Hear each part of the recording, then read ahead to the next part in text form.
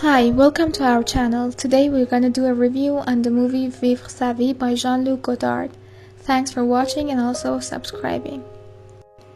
Vivre Sa Vie, or My Life to Live, is the fourth feature film of one of the prominent figures of the French New Wave, Luc Godard. The story revolves around Nana, played by Karina, probably inspired by Émile Zola's novel called the same. Nana has left her husband Paul and her child in an attempt to become a movie star. She works in a music store and is always short of money, which she tries to borrow but she can't. She is kicked out of her apartment until she finally becomes a prostitute, which leads to her death. The movie is divided into 12 parts or tableaus, like a novel. At the beginning of the film, we see Nana first in left profile, then full face, then right profile, while the title of the movie appears. In the opening scene, she is shot from behind, sitting with her husband in a cafe, which is suggestive of a ruined relationship. Paul tries to convince her and bring her back, but she is emotionally devastated.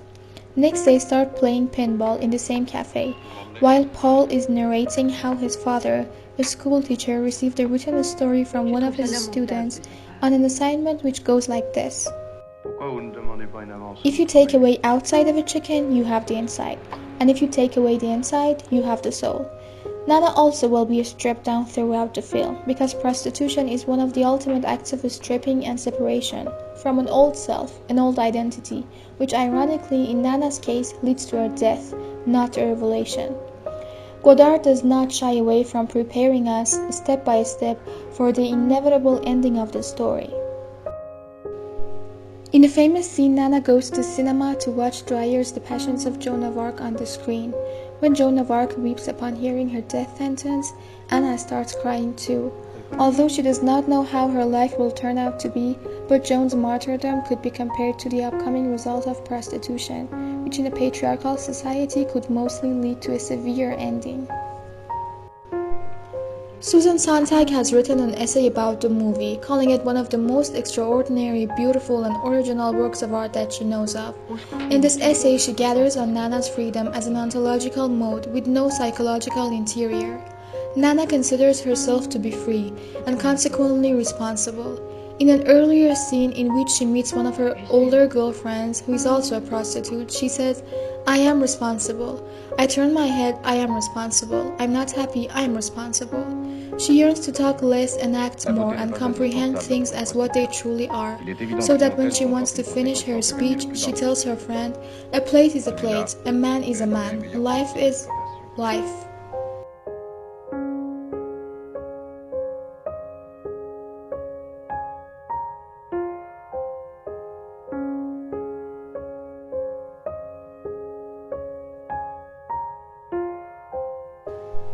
My Life to Live is considered to be an example of narrated film.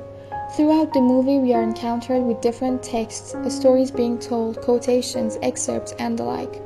One concrete instance is when Nana starts working as a prostitute. A godlike narrator documents the life of a prostitute and the laws and legal rights concerning it in 60s France. Another example of this technique in the film is when Nana meets a man in a cafe who is sitting next to a table. He is Bryce's parent, a French philosopher who seems to be playing his own role. Nana asks him why we can live without using words, which is an idea that she had repeatedly tried to dig into from the beginning of the movie, when she told Paul, "The more one talks, the less the words mean." Bryce's response goes like this, because talking equals thinking and the other way around, and also there is nothing, no life without thought.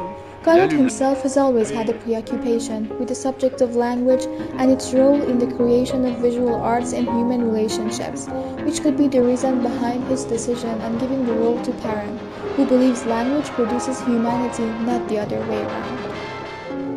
Bryce finally narrates the story of Porthos, the man of action, in Alexandre Dumas' The Three Musketeers, who acts without any thinking beforehand and manages to run away from danger.